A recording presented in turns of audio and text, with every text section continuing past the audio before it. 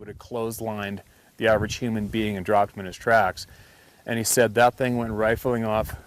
Oh, there's a big bear right there. I'll spin this camera around and get him on video. Looks like a nice big one.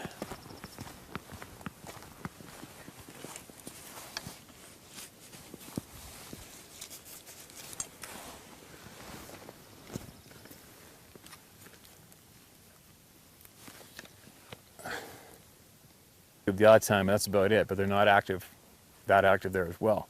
But I had to give the background of this character. Oh, there's a bear right there. Jesus Christ. Shit. All right, he's going the other way. It's a good sized bear. Okay, I'll take a video of him quick.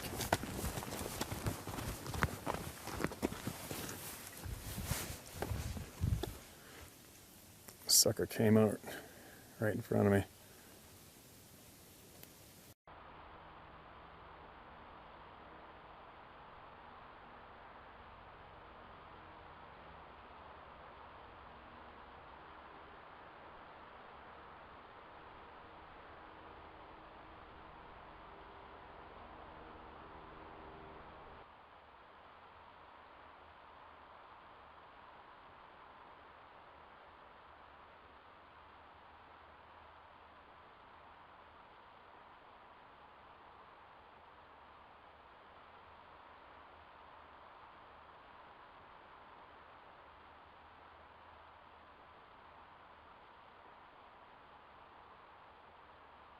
And I get up to him, I'm like, dude, there's something's coming down your trail, like right in front of you. And all of a sudden, no sooner had I said that, here comes this massive cat, big cat, cougar. And he comes bounding up the trail towards us and stops like right there. Like he was so close. I mean, I had my bow, I had an arrow, I got an arrow on there, I pulled it back, and I'm aiming at this big cat's face that close. And I'm kicking snow in his face. So I'm screaming at him, get out of here, get out of here. And I'm screaming, and at the same time looking at the kid going, do not run, don't run, don't run, get out of here, get out of here. And I'm kicking snow in this thing's face, and his face is going like this when I'm hitting him in the face with the snow. So the other kid, he was basically frozen stiff. You know, just like in the movies, or when people describe it, you know, when people freeze up. Not everybody reacts the right way in an emergency situation, but he was absolutely frozen up. Thank God. And I'm yelling at him not to run, screaming at the cat, kicking snow in his face, and shitting myself. Because at that time, I'm 17 years old. That's the first cougar I'd ever seen with my eyeballs. And at that time, all I knew was if you shoot any game animal with an arrow, it's going to take a while for it to expire.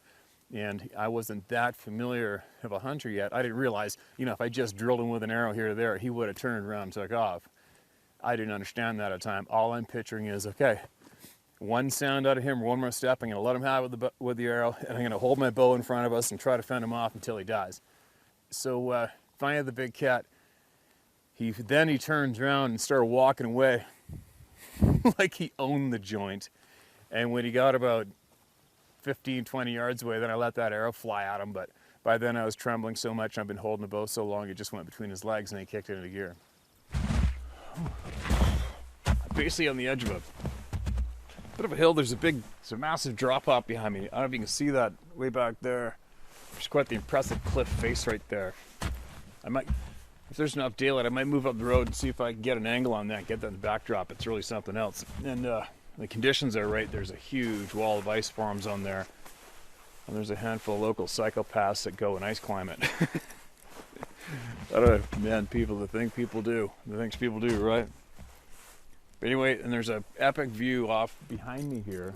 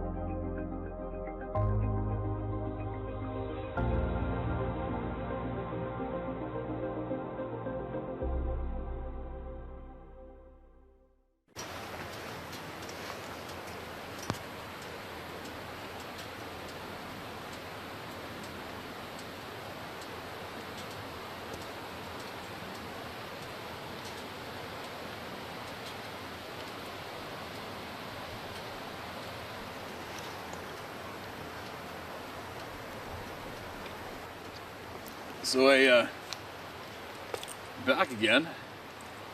I couldn't get any time for myself to video while away helping those guys elk hunt on the west coast of Vancouver Island. But on the way home, I did some filming, and as well I did some river filming, which I love doing. I finally brought the rod with me this morning. And when I was way up on the bank, up high where this gravel road comes down the river, I could just see through a hole in the trees, and there's salmon right over there by that grass, tuft of grass over there. We're just downriver, and about, it looked to be about 5 yards from shore. So, it's a little deep, but I got my camera set up that I made myself. And I made it out of stainless steel welding rod, about a 3-foot piece. Got this little bracket mount here, the GoPro, jimmied it on there, and it houses a camera. So it will tighten it up. How it works is, as long as the camera's above this should skip off the bottom, the rocks, although these cases do take a beating. I've gone through 2 already, but I haven't gone through a camera.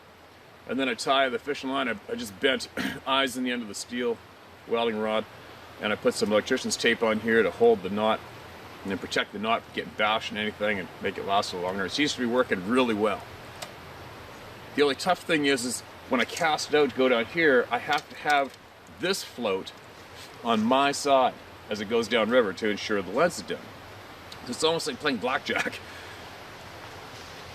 Every deal's different, right? So I casted it out the other day, and it took me 12 casts till it finally flipped around the right way for me. It's very frustrating. But anyway, here we go. I'm going to cast this out, you can see what's in the river, and I'm going to share it with all you later on.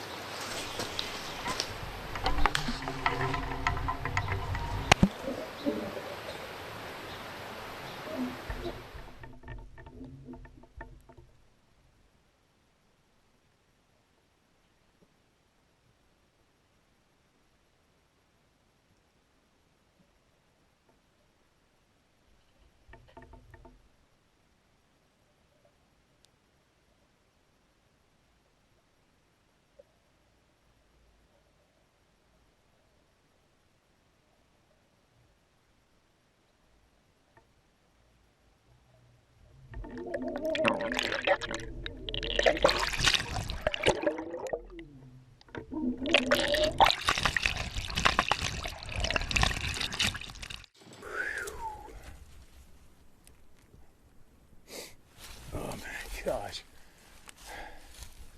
that was a shit eater. I don't know how far down I am. Oh, I don't know, halfway down, I guess. I decided today was the day to go retrieve a couple of trail cameras. I knew I was somewhat early. I thought maybe I'd get lucky because there's just not enough snow gone yet, but I ended up having to work for it, that's for sure. I can show you a little quick glimpse into what I had to do to get the second camera, which was the toughest one. And of course, the shitty thing about trail camera life is they all fail equally. Some absolutely fail way more than others. There's no way getting out of it. And I left 2 cameras in this particular side of the mountain, and the top one failed. Last time I was up there, I think it was in October. I switched out the cards, so I have a feeling the SD cards would have failed possibly, but I'm done. I am hiking out of here and home, getting this out of these waders. No grizzly action yet, although I guarantee you they're running around. I haven't seen any prints yet, but it's coming. I'll be showing you guys some grizzly bears soon, without a doubt. The grizzly roared. because his back was facing me. He roared, went roar, roar, and went boom, boom, boom. So he jumped 3 times, boom, boom, boom, turned around and went boom, boom, 2 jumps towards me, roaring. And in the time that bear went bam, bam, bam, turned around, bam, bam, twice towards me, my hand literally went from holding the reins to getting a hold of the stock of my shotgun while it was still buried in the scabbard. Okay? So do you realize how fast that is? That bear took 5 leaps, 3 away from me, 2 towards me, and in that time, my hand went from here to grabbing onto my shotgun, and that's it. That's as far as I got. And the horses are like, huh? And he just stood there spitting and snarling, didn't attack, and we kept on riding up the trail. So we're going up a creek bed, and in sporadic spruce timber, this horse trail meanders straight up this steep drain. And you're going up alongside of a creek bed, in the creek bed, back up on the side of the bank, and then you start side hilling steep up to this mountain pass, and then you ride through the pass, ride up as high as you can the timber, get off, and you hike to the top of the mountain to hunt sheep for the day. So I have my lead rope, my horse in my hand, and I'm walking down the hill with the horse behind me, my gun's in the scabbard, and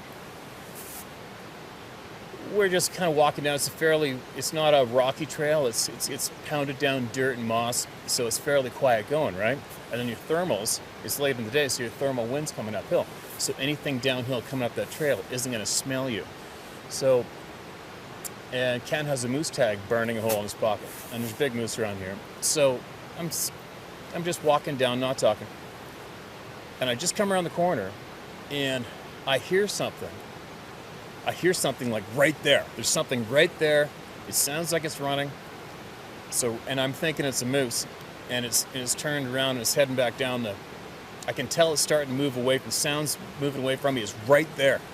So I just let go of my halter rope and I go bolting, sprinting down the trail because you go down the trail dog legs right, and then it goes steep straight down to the riverbed, and the riverbed's all rock. So I go running down the trail as fast as I can. I only have to go about, 10 yards.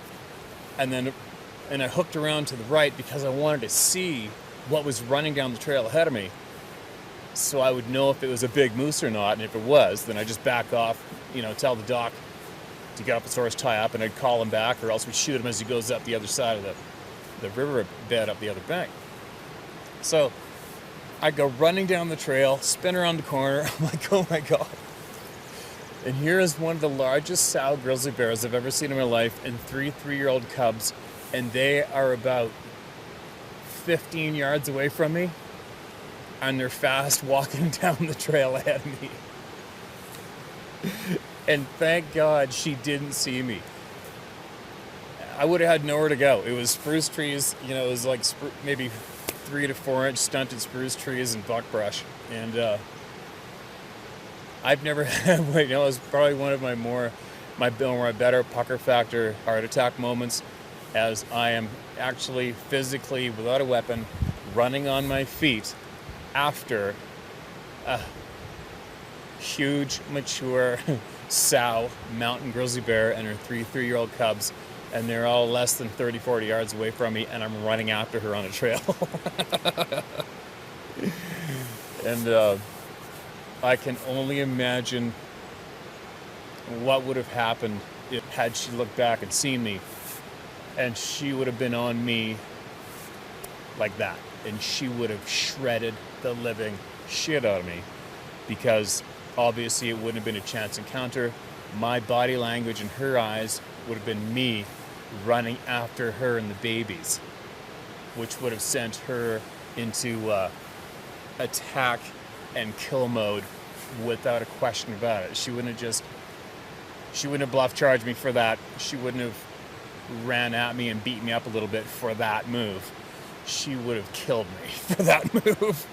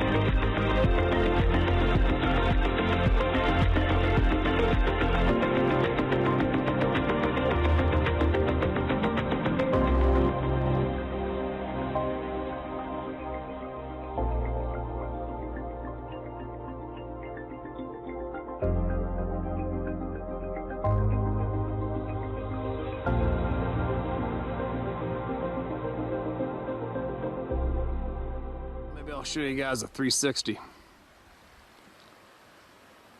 Just a little bit of snow up here, isn't there? Quite a ways up from the valley bottom.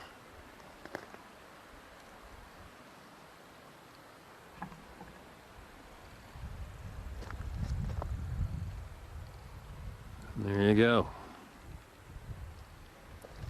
This is where I am on the face of the planet this minute.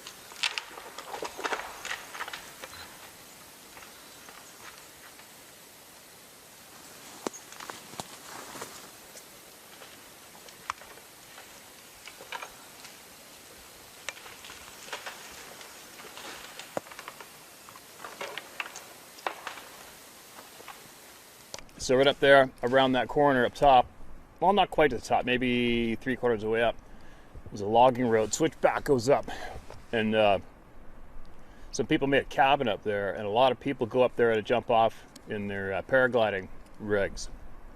And last October, I believe it was, a couple went up there and they saw Sasquatch prints coming down right off the top, going diagonal down into that clear cut, coming this way, right there.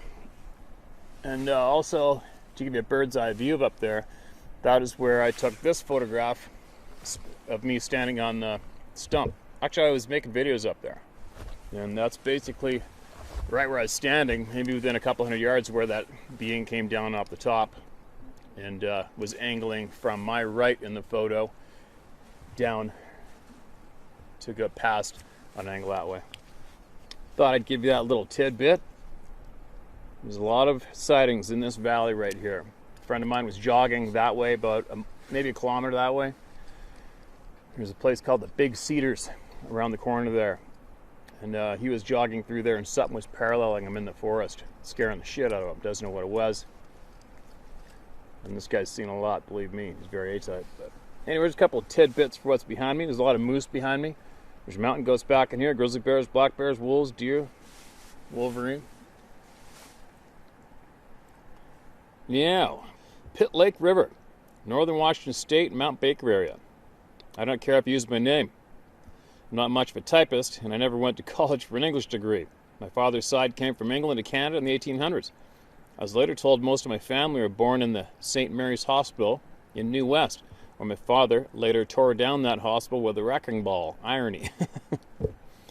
My grandfather joined the Canadian Navy, who in his words said they were scattered and mismanaged, so he came to the United States and joined the U.S. Navy, and his job is to transport troops from New York to England. He mentioned the trip over he had never seen so many men seasick in his life. Some have never seen the ocean. After the war, he purchased equipment and started clearing roads for the province for logging. My father, growing up, even had a pet black bear, which always laid in the equipment, and they had to wake my father up as a child to get him off the machinery. My grandfather talked about buying a 30-foot liveaboard and going up the Pitt River to the lake and seeing creatures standing in the water where a man could not stand over the water would be over their head. Back in the 1970s, my parents had a Studebaker bus, and my father worked for a logging company in northern Washington State, and a creature one night came and rubbed the bus as a boulder was rubbing against it. In the morning, there were no tracks in the soft gravel sand. She mentioned that the smell was something she will never forget, and they were 40 miles from a paved road. This is not the first encounter. There's a lot of activity in one area I know about, just hard to get to now.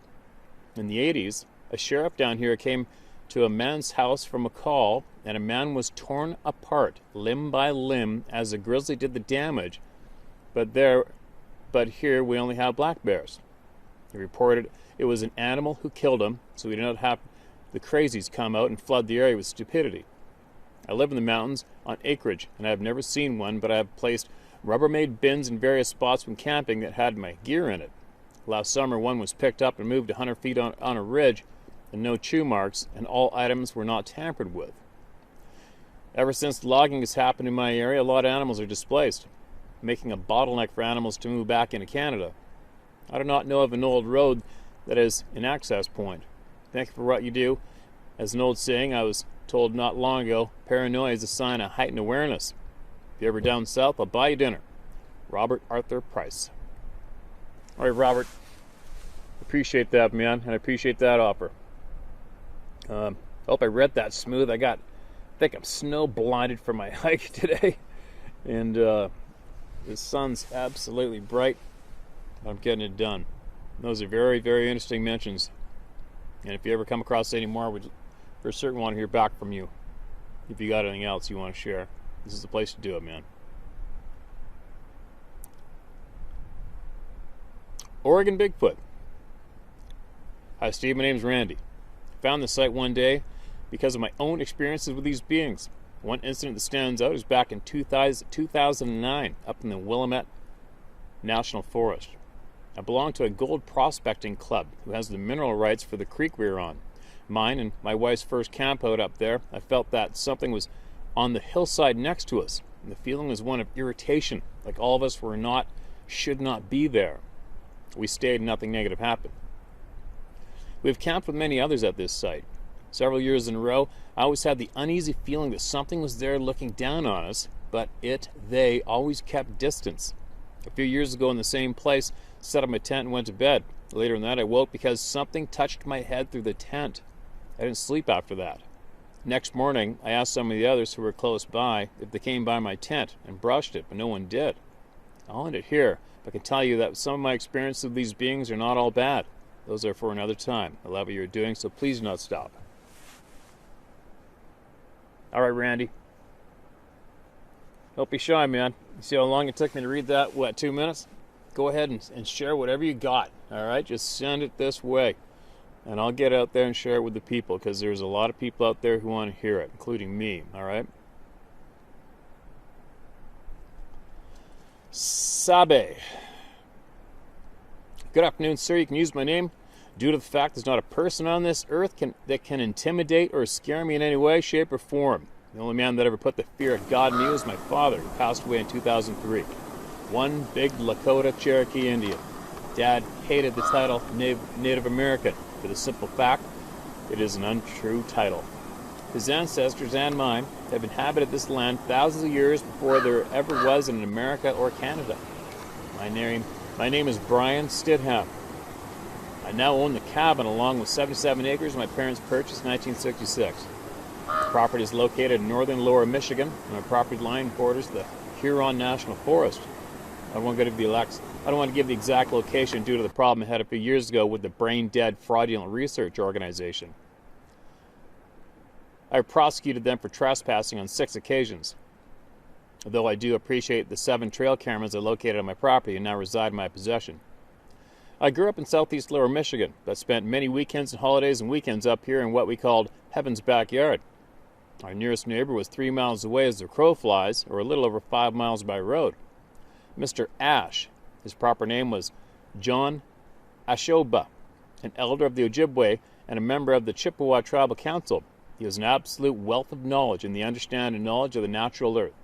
Between Mr. Ash and my dad, I was taught how to live off the land and how it provides all we'll ever need, from the plants that are edible to the plants and trees with medicinal purposes, how to stalk and hunt while wearing blue jeans and a red plaid coat. I was taught the best camouflage when coming into contact with prey is to sit still and be quiet. The pounced, Mr. Ash's terminology to an 8-year-old. Also, between the two men, I learned about every animal in the northern woods, their behavior, their smell, their vocalizations, and their hunting habits. Those animals were the large elk down to the hare-brained chipmunks that would evade our cabin at any chance they saw an opening.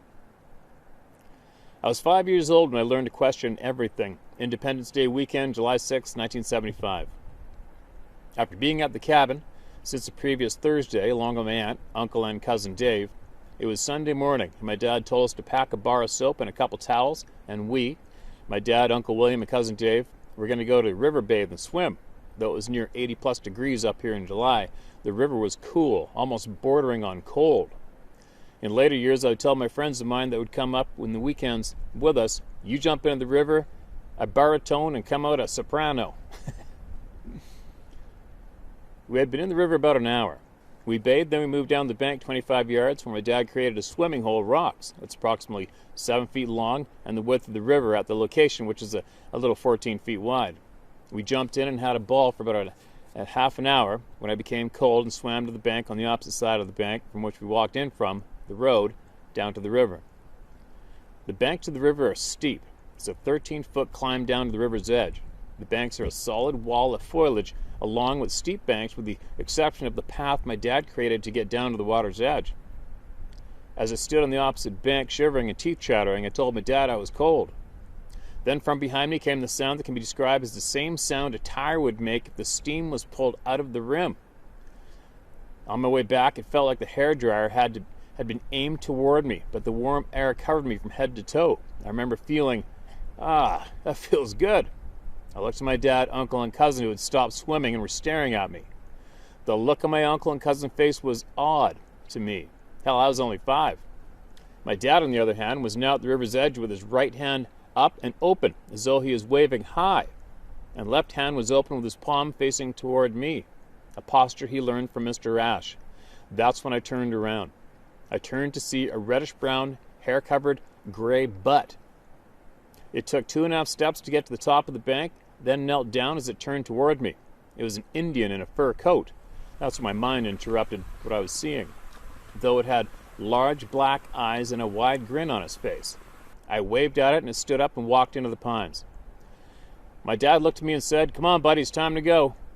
My uncle and cousin, as soon as it turned around, ran up the embankment straight to the car. They left their towels and bathing items there on the bank. My dad held me as we got across the other side of the riverbank, put me down, and collected all the items my uncle and cousin left behind. He told me to go up to the car. The walk from the road to the river was 50 yards or so. When I made it to the car, my uncle and cousin were locked in the car. Dad had the keys. He had popped the trunk and threw all the items in and unlocked the car for us. I got in the back seat with Dave, and he still looked odd. He said, "What was that?" I was bewildered and said, "What?" This is when my uncle told my dad to get our asses back to the cabin now. I told Dave, "What, the hairy Indian?" My uncle turned and looked at me and raised a voice and said, "That was no Indian." I was truly confused. That's exactly what I'd seen, a big hairy Indian. Then my dad said in a plain matter-of-fact tone, "Nobody that wasn't an Indian, that was a sabe," pronounced sabe. My uncle said he didn't care what it was. He was heading home and never coming back to the cabin, and he never did. Uncle William packed up his van, and as soon as we got back to the cabin, told my aunt they were leaving, and they were leaving now. He didn't tell her what they'd seen, and he didn't tell her what they had seen until they were on the freeway headed home. Here's the hilarious part. My aunt laughed at him after he told her. Years before, I don't believe I was born, she had come up and seen two sabe while picking blueberries. She knew about them. After they had left, Dad had a ham radio that he used to contact the folks in the area. He got a hold of Mr. Ash and asked him to come by. Mr. Ash was there in 10 minutes. He must have flown to get there. He was told what happened. That's when my dad said it wasn't an it was a female. Mr. Ash patted me on the head and said that I had been blessed. I had no idea that meant for a long time. My dad told Mr. Ash, "Tell him." Mr. Ash said, "Today you have met sabe. They are people that live in the woodlands and swamps. They have been here longer than us. Sometimes they have been very good to us, and sometimes they can be very bad. They have what we lost in time. They have what we have lost to time, an instinct to understand all natural things." He then went on to say, "The sabe is part of the Chippewa, Ojibwe, 7 grandfathers' teachings. The sabe represents honesty." Years later, I asked the question, "Why honesty?" Mr. Ash said plainly, "With the sabe, you get what you get. There's no in between." I would also learn why I wasn't afraid that day by the river. Mr. Ash said, "The sabe know your heart. They can sense your character." I later learned that meant they know our intentions. Forgive me if this is too long. My parents and my aunt and uncle are gone now, and I still talk to my cousin Dave, who now lives in upstate Washington. We have grown up knowing about these people ever since that weekend. Has it changed the way we think of the woods or the world as that goes? Sure. I can't understand why anyone would want to tempt fate to head into the woods to see, talk to, photograph, or as the mental midgets in the Oklahoma House of Representatives have announced, hunt these people. You can't hunt for someone that knows you're there. The woods and the swamps are their domain. There's nothing you can give them they can't obtain themselves. I have learned a lot about these people in more than 50 years on this earth, and I'll continue to learn about them. I tell everyone that is in insane state of mind when asked about these people, yes, I just happen to own land that belongs to them. For the most part, I've had a good understanding of them, and they have a good understanding of me. There's been a few times that have caused me to damn near shit myself, but honestly, it was from my doing and disrespect toward them. If you upset one, God have mercy on your soul, because they won't. We all have to get back to understanding that we understand nothing. There are no authorities or experts to help us. If you truly care and want to gain knowledge of these people with a very humble and honest heart, try speaking to your native elders in your part of the world. Though I will give you this word of warning, they will see through your wall of bullshit if you come to them in a pompous manner. They tell you to leave and not come back. I learned this lesson. I've witnessed it while working on my master's degree in Native American Studies. I will leave you with this, and this pertains to you, Steve, when you had the experience of dread in the forest, watching you being bewildered and actively trying to find the source of the feeling. You stood there for 5 seconds longer than you should have. Get out of there and watch the timber as you leave. There are numerous stories from the tribes of how Sabe, Skookum, Oma, Sasquatch, etc. I absolutely abhor the name Bigfoot. That's not their name. They will bewilder their prey object and then from out of nowhere, ambush. Their speed is astonishing, and there's nothing you can do to get away. Please be safe, be careful, and never dismiss your gut feeling to leave. Take care, good sir, and I wish you all the best. My heart goes out to you over the loss of Mr. Macaroni. I grew up around horses up here, and my dad, being half Lakota, would tell an old Lakota saying, "The true honest gift we are giving at birth is the earth, the sun, and a horse." If you're ever in northern lower Michigan, give me a call, unless you're headed to a psycho circus, aka Bigfoot convention.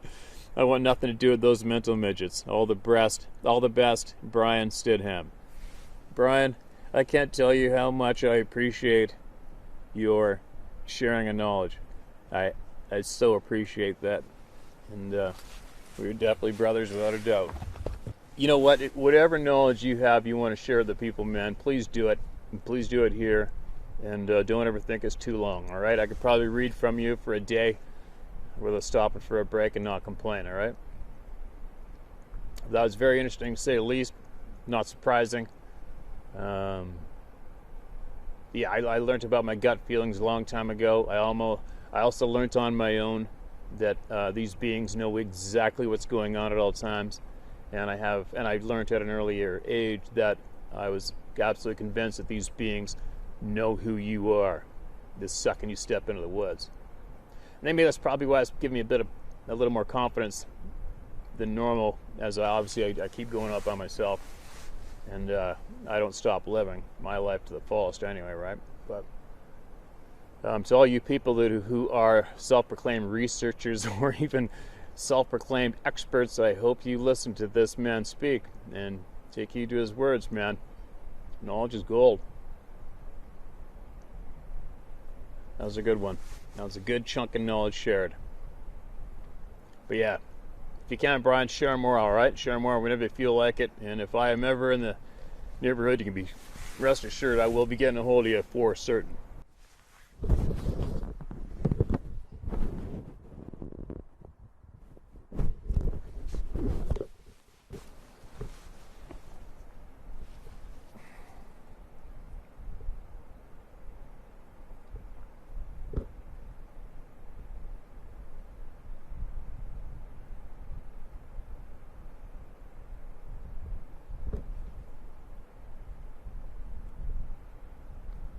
All right, what do we got? Follow-up. Hey Steve, the following is a series of events that have taken place since my daughter and her friend had their daylight sighting of one of those things about 4 years ago. They are not in order because some of them were not recognized for what they were at the time they occurred, causing us to estimate when they happened. They are spread over the past 3 to 4 years and continue down to today. As one of your viewers wrote, it seems that if you see one of these things, they tag you. Both women live over 20 miles from the sighting. Both live within a few miles of each other. Both live in residential areas with neighbors literally a stone's throw away. Both properties are bordered on one or more sides by woods. I'll start with my daughter's friend. Vocalizations and a tree pushed over. Number 1, trees pushed over. 2 healthy trees are pushed over on a property. Additionally, another one was uprooted and hung from another tree. The roots were suspended 3 feet off the ground. This is in an area her dogs refused to go into. One of the tree pushing incidents was particularly concerning. One day, nobody else is going to do it. Can I explain why it is these things do these things to us, and especially at nighttime? I haven't a clue. Why do they always usually choose after dark? I haven't a clue. When you're that big, that skilled, that intimidating, and outclass us little weird humans that much, I do not know why they prefer to take the advantage over darkness than they do light. I really don't get it. But here's another one. Thanks for writing in, man. And if you want to send in any more to help the people, you think it'll help the people, go ahead. All right? You're very welcome to just keep it flowing. All right. Dear Steve, okay. A mere 3 on a scale of 10, interest in rocks being thrown. Yep. Lukewarm interest in this. Part of the topic, I'd say, and that's just about right. But building a support system for all the people out here who have had and who will have very troubling experience or a potentially life-impairing or crippling experience of life-changing fear or worse to the level of clinical PTSD, and that way too many people have already experienced this, is the real focus. So, of course, it's all real. But can you actually get over the facts in, folks? And that some of them even pass in and out of other dimensions and have supernatural capabilities. Sure, it's something to think about. But, yeah, okay, it's probably not more fascinating than the rumored reports among Steve's buddies that Steve eats tofu for lunch and dinner, and that his girlfriend just skips lightly through the forest to bring it to him whenever he often forgets it after spending all night at her place. Lucky son of a bitch. Okay, that was kind of funny. So, Love you, Steve. Laughed my ass off. All in the power of God. Edmund, thanks for that email, my man. Thank you for the support and the words to the people. I hope they listen. I hope they pick up what you're saying, because I do. Moving along. Mark this one as read so I don't get shit on, although I get shit on no matter what. Here we go. Hi, Steve. Thanks for all you're doing for us. It feels really good to be heard and, most importantly, believed. Sometime back, you asked if it was possible to see through others' eyes. First Nations culture says that in the spirit, one can see the past, present, and future. After experiencing the following events, one First Nations man made me a believer. I've been a healthcare professional for 36 years. From 2005 to 2010, I was working in a small hospital in the central UP of Michigan. Mid-2008, I met a man named Roger Bell, now deceased. He clearly identified as a First Nation, so I asked him about his tribe and his native name. He stated that he was White Wolf, a firekeeper of the Potawatomi tribe. I brought him back to the waiting area where he started to speak native to a younger man. He pointed to me and said the phrase, "Watch Joe win."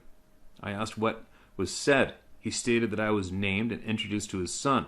I asked how I could be named without having a vision, and the translation. He stated that the Spirit reveals what I do, and I am now Roaring Rapids. My second encounter with him, Roger was happy, content, and wanted to talk about the grandfathers. The grandfathers know all, see all. Not many are left. You walk through them. They have laid over peacefully. Roger, can you please tell me what a grandfather is? He stated they are massive white pine trees. No logging, only old age and lightning take them down.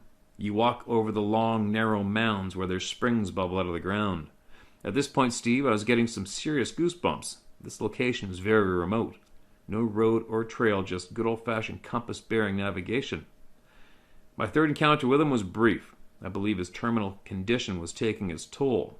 Sometime around the first week of May in 2009, I saw Roger one last time. On Friday, a First Nation co-worker informed me that he had been admitted. I went up to visit with him. Although I had 100 questions to ask, he was clearly too weak for any of that. He did say a couple of things in the spirit that really got my attention. The first thing was about love. He said that my love is water on the rocks. The sound is so beautiful, it cannot be described. The second thing was about the grandfathers. He kept repeating that he was going where I go, to see the grandfathers, young and old. The next morning I headed out to the woods and decided to make a loop 200 to 300 yards around my hunting area. I knew that I would be able to see more in the thick areas because the leaves were not full yet. I came across a winter deer kill that was picked clean. It had to have been some tough wet going, so I decided to do a half circle to higher ground and take my safe out southeast heading. While checking my compass, wind direction, and sun position, I noticed a lone white pine about 25 feet high. I could not see the mature seed tree. I started to scan the horizon and make wide circles around the tree. About 40 yards out, I saw the top of a massive white pine. I went back to the young tree, took a compass bearing to the large one. They were about 100 yards apart, and there was 2 places where I could see them both at the same time. I've had at least a dozen encounters / incidents with Sasquatch beings within 500 yards of this location. In my humble opinion, I believe First Nations, sacred native lands, and Sasquatch are all connected. I hope that my account of Roger Bell was not disrespectful to the First Nations communities. I also would like to encourage them to comment on how to pass safely and respectfully through sacred native lands. I did a little digging to check myself. Leatherneck.com shows that Roger Bell was a Marine and a retired law enforcement officer. He passed away Saturday evening on the 9th of May 2009 after a lengthy illness. I will always wonder if he was a medicine man. God bless you, Steve, and thanks again for all you're doing. Respectfully, Larry Hinsala. Larry, thanks for that. Thanks for that email into the people, man. Absolutely enjoyed reading it to everybody, sharing it, and without a doubt, those connections you question exist, but they also go a lot further, where we are all connected. We are all connected, all of us and everything. I'm an absolute firm believer. No one's left out unless you choose to be left out, as far as I'm concerned. But anyway, move. So, out of those, I don't know how many people see the thing in the front of the road. Nobody has anything to take a photo of. It sounds a little odd, a little off, but I've seen a lot of crazy shit and never took a photo myself either. So, anyway, if anybody out there has anything they want to add to that, email it back in, all right? That is one hell of a sight to share. Moving along, here we go again. Hey, Steve, hope you share this. As the man who shared this encounter with me has passed on, and I know he would like to help others if he can. All right, consider it done. This encounter happened in the Cascades in Oregon during, I believe, the late 80s, early 90s. He had been a forest ranger for about 15 years at this point and was checking a few sites in the mountains for reasons I don't remember. What do I remember in detail was that he crested a ridge in the mountains. He saw a very large hairy being scratching its back against an old-growth Douglas fir in a side-to-side motion. My friend froze the moment he saw the Sasquatch. He watched in disbelief as it scratched its back on the tree, glanced in his direction, and quickly walked out of sight behind some other trees. All told, he saw it for only a few seconds. After a minute or two, he walked over to the tree it was scratching his back on and found a wad of hair stuck to the bark. After checking the tree for a height comparison, it was over 8 feet tall and cinnamon brown. He took the hair sample back to his house and then made a brilliant decision. He would send it in for DNA analysis, but only about half of the hair he pulled off the tree. He sent the sample and included a letter to a facility that specializes in wildlife DNA evidence in poaching and animal smuggling crimes. In the letter, he said he saw a larger animal scratching itself against a pine tree, but he did not allude to it being bipedal or anything even close to the sabe. A few weeks later, he got a response back. The facility said the animal he saw was a large cinnamon black bear and that they returned the hair sample. The hair enclosed in the response was a different sample. He compared the remainder of his original sample under a microscope to what they sent him. They returned him a tuft of black bear fur from a cinnamon bear. Under a microscope, the two samples looked completely different, so he knew the government was lying and covering it up, so he didn't press the issue and kept his mouth shut. This man knew bears exceptionally well. He had a few dogs for hunting black bears and has had to sew the dogs back together on several occasions, including sewing half his dog's tongue back in once. Youch! He knew what he saw, and it certainly was no bear. He finished out his career and retired, but kept an eye out from that day on. Thank you, Steve. Stay safe. Best of luck with the move to the new place, Ron. Okay, Ron, thanks for that share. And, yeah, it's interesting. I mean, as far as I'm concerned, the DNA thing's already been done. There's people I know who have done it numerous times. It's been done. We all know the results. End of story. Moving along.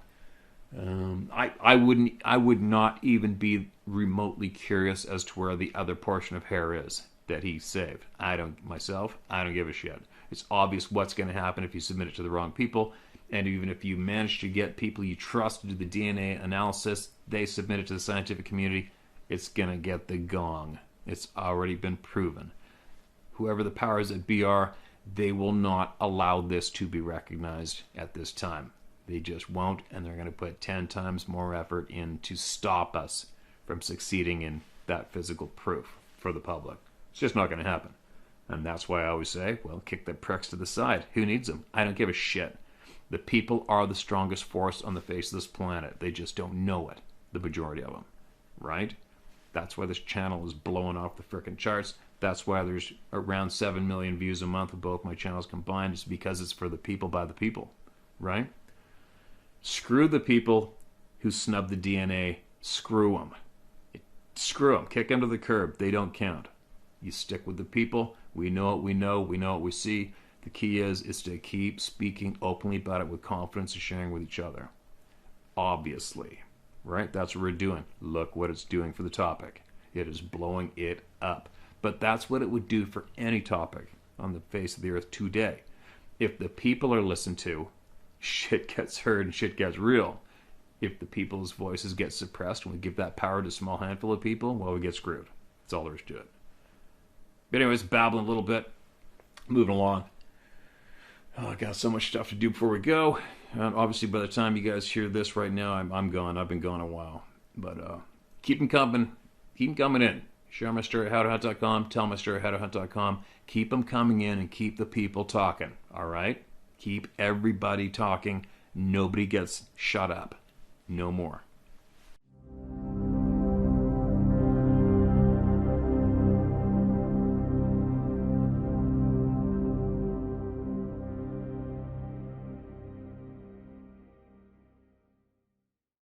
Just point out a couple things. I'm standing here. That valley right behind me leads up to, that's the Duffy Lake Highway behind me. It goes up, cuts up through that valley, and it comes out through Lillooet, BC, and then you cross the Fraser River. And that timber up to the left, up in that, my left facing that way, your left, up in those left-hand slopes where a friend of mine ran into one of these things right there while deer hunting. And then a native guy from our community right here next to where I live, I ran into him in the woods, and we had a good conversation. And he was telling me how he ran into them twice at Joffrey Lakes, which is just up around the corner of that snow-capped peak on the right-hand side of the valley right there. And then as you go on through to Duffy Lake, up in the crotch of that valley, up over the hill, you know, another friend of mine, his grandfather in Duffy Lake, and they saw one get up at the end of the lake and walk away in the meadow. It's just endless. It's endless, endless, endless, one after the other. Mark turns on his horse. He's right along. He turns around, looks at it, he goes like this. Like this, point down to the creek. And I look to my left, like this, and here is about a 8.5 foot dark chocolate monster old male grizzly bear. And he's right frickin' beside us, nose to the ground, slowly moving his way down creek, rooting around in the moss and the roots and shit. And he is basically, I don't know, 12 yards, 12 paces to our left. He hasn't seen us yet, and he is about to see us in about 1/10 of a second. In those moments, you're absolutely unprepared. You don't know what's going to happen next. I mean, you know, typically they're going to take off, but you don't know that. It's going to be one of those rare 1 in a million stories where your buddy's telling the authorities how the bear ripped your hunting partner off his horse and absolutely destroyed him before you could even get off your horse or pull your gun out of your bucking. Horses panicking, horses scabbard, you know what I mean? So there's always that minor chance, but there's still a chance, still there. So it adds to electricity and excitement. So anyway, the bear, those older bears, you usually don't have a problem with those guys because they're old, they're mature, they're very, very intelligent, and they know to put a distance between us is usually the wiser choice. So he did look up, he looked right into our eyes. We're just sitting there looking at each other, you know, bink, bink. He stood there for a couple seconds, weighing out the options, and then he bolted. So as soon as he started bolting, I got off my horse and I got my backpack off and I whipped out the video camera and I just managed to tape him a little bit. And this is him right here as he took off. He's hard to tell, but if you're familiar with bears, that's a hammer grizzly bear. So moving forward, all of a sudden this great big dark sow grizzly bear comes and steps onto the horse trail, probably 6 paces in front of me, walks onto the trail ahead of me, in front of my horse. She doesn't have a clue I'm right behind her ass. Joel's right behind me. He's seen everything. We've seen everything at the exact same time. She does not have a clue. We are right behind her. She's got a mouthful of grass. She's walking along feeding. I can see her. She pulls another. And you know what? Everybody thinks, well, how come your horse didn't freak out? Well, believe it or not, the weird thing is, horses in the north, they don't freak out about grizzly bears. When I've been riding up a trail, my horse will start getting nervous, ears will perk up, people going from a moose. When the moose is ahead of us on the trail, when my horse is acting like that, I know there's a moose in front of us on the trail. Because typically when there's a grizzly bear on the trail, the horses don't really give a crap. Probably because they don't really have problems with them. They just don't seem to lose their shit with grizzly bears. They don't.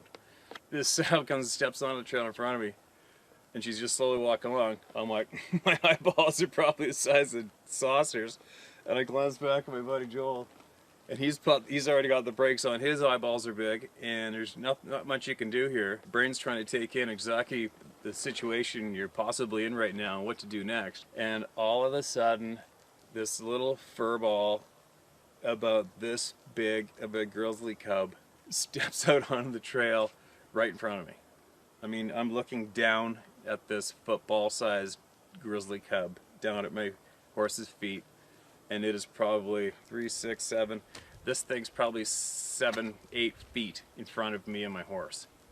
And the sow is about 1, 2, 3, 4, 5, 6. The sow is about 6 or 7 paces away from me and her cub. It was the craziest feeling, because in about probably less than half a second, or maybe a second or two, the shit is gonna hit the fan. I don't know what to do. There's not really much you can do.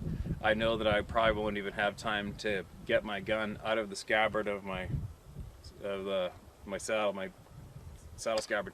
I probably don't even have time to get my gun out of the scabbard. And that sow turns around, that cub says something. Possibly one of our worst experiences in the woods is about to tee off, and there's nothing you can do about it. So it's a very amazing moment, because everything goes slow motion, and you're just waiting. Everything's slow motion. You're in terror. You're trying to think of what to do. Your brain's trying to fire a message to your hands, your body to move, but it's not firing any decisions. And this is all going down in less than 2 seconds. He's just like, don't. I look back, and Joel he's pulling back in his reins, and his horse starting to work back. That little cub turns around and looks up at me like this.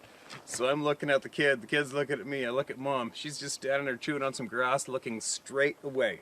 Her ass is blocking her view from me, from Joel, and myself and my horses. And that Grizzly's ass is blocking her view from us. The little football sized cub is sitting there on the trail about 6 feet in front of me, looking up at me. And is the cub gonna start screaming? I don't know. So I'm looking at the cub, looking at Sal, look at Joel, and then I start to back my horse up. We're both backing our horses up away from the sow and the cub. She still hasn't seen us. And then finally got to this little part where you just back here. The horses weren't arguing, they were backing up. And the cub's just still sitting there looking at us like, what are you guys doing? We got the horses turned around and booted it down the trail, smashing through all this shit. And we rode like a pair of crazy bastards for about, I don't know, maybe 300 yards. And then we finally got out to this open meadow, and we got in the middle of the open meadow, and we stopped. And I'm like, dude, look at this. We're sitting beside each other horses, and I'm like, look at this. And my hand was literally doing this. I couldn't hold my hand steady. And as far as I know, that sow never knew we were there. She never saw us, and we got away with it. So there you go. I don't know if there's very many human beings that were 6 feet away from a grizzly cub and 6 or 7 paces from a grizzly sow and never got detected from the sow and got away without being scratched up a little bit. So there you go. That's definitely another one of my numerous crazy grizzly bear encounters in the Northern Rockies of British Columbia. Out of my shit in the guide cabin, because I had to, unsaddle horses and shit. And then I'm coming around the front porch of the cook shack. The airstrip's right there, cook shack, and here comes this frickin' grizzly bear ripping around the front of the frickin' cabin.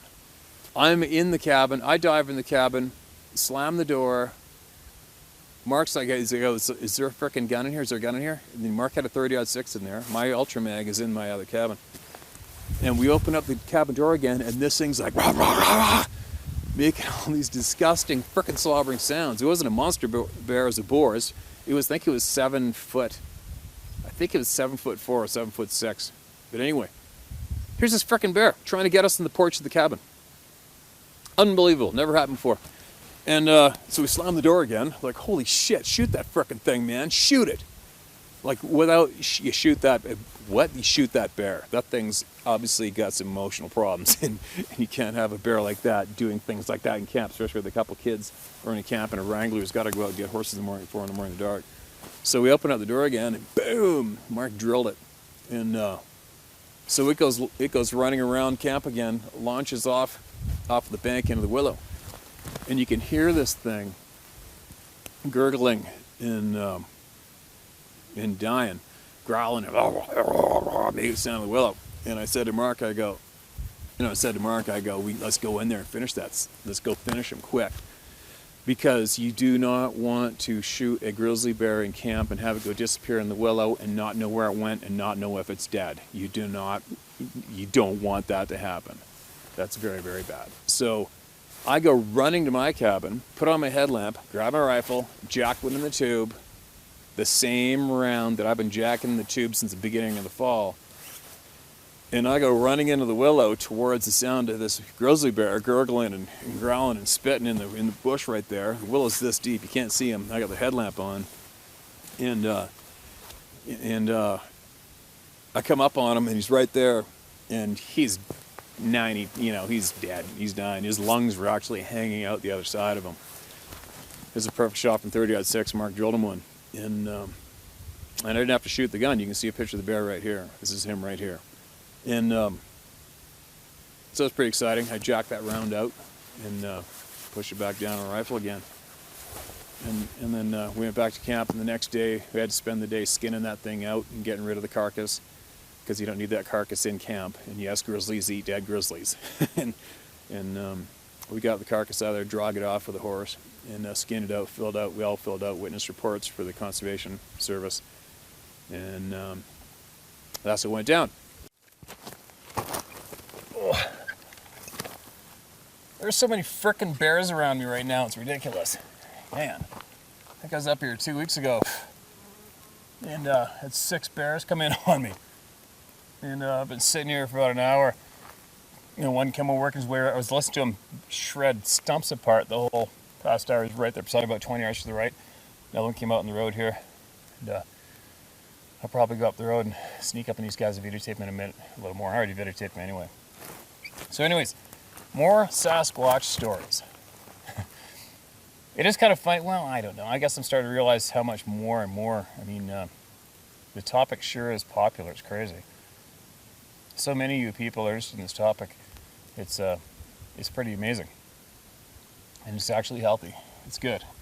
Because, as you know, I mean, I'm not promoting Sasquatches. I'm not promoting Bigfoot or Bigfoot groups or channels. I'm just letting people out there know, people out there who have had experiences with this thing. I'm just offering up my ass to support you guys, all right? Because I had the unfortunate experience of experiencing these things numerous times. I didn't ask for it, and it was a bit of a tough go for a little while there, but not anymore for me, because I've had enough. I don't care what anybody thinks. The ridicule from the human herd is getting to be a little more embarrassing than not. Well, I guess it's going to take people like me and hopefully more people like me. They're going to tell everybody to jam it up their ass, because guess what? The testimony of tens of thousands of good people, honest people, is evidence, and that's all the evidence we need, and that's all the evidence we should need. That is common sense. Okay, moving along, I'll share a couple stories with you. I only have a few minutes here right now. I really got to get going. And there is a road that goes from Mount Currie to Darcy, British Columbia. It's like literally, I live on that road.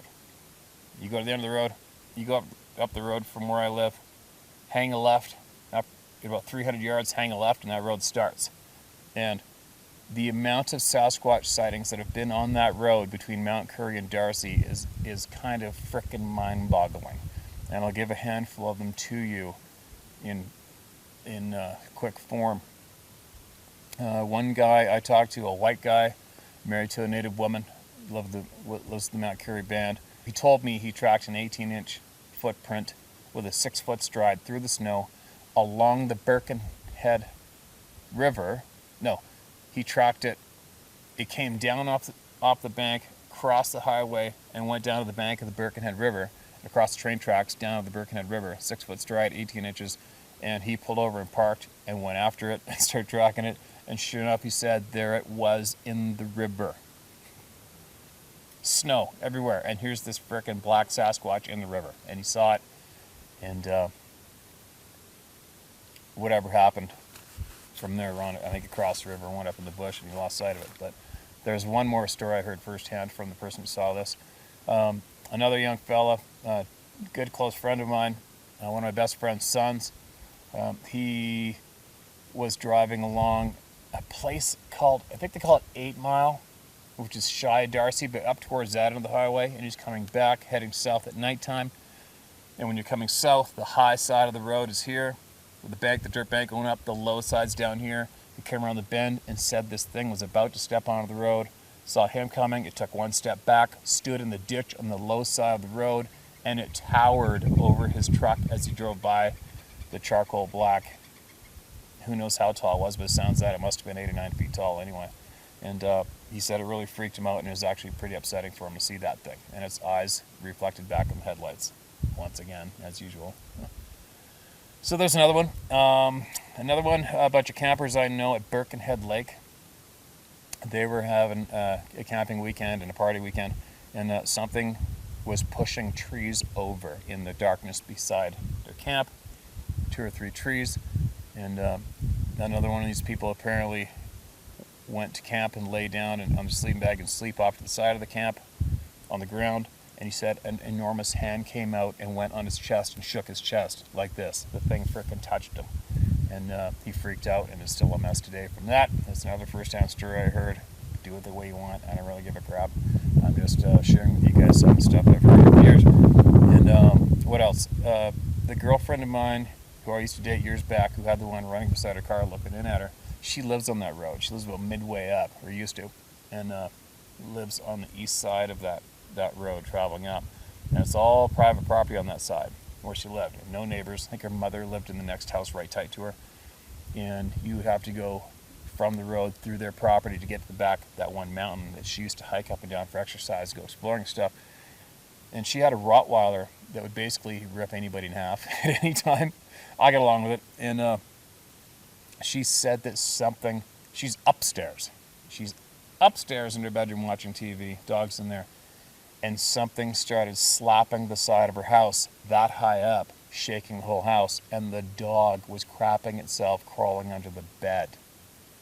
Where normally if anybody even came up and knocked on the door, that sucker's ready to rip through the door and go run outside and rip him in half. And that great big A-type Rottweiler was whimpering, crying, vibrating, shaking, and trying to crawl underneath the bed. And she was terrified. She didn't move, obviously, and it wasn't too good of an experience.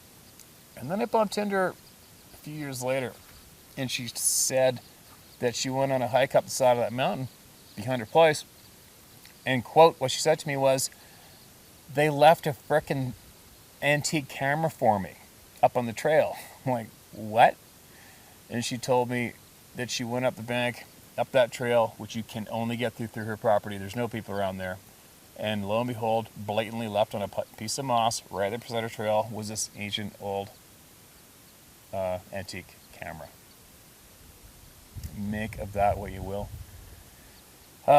And then another friend of mine, the same fella that did not want to talk about it, the big guy, and the fellow that ran into the charcoal black one up on the Duffy Lake Highway when he was deer hunting.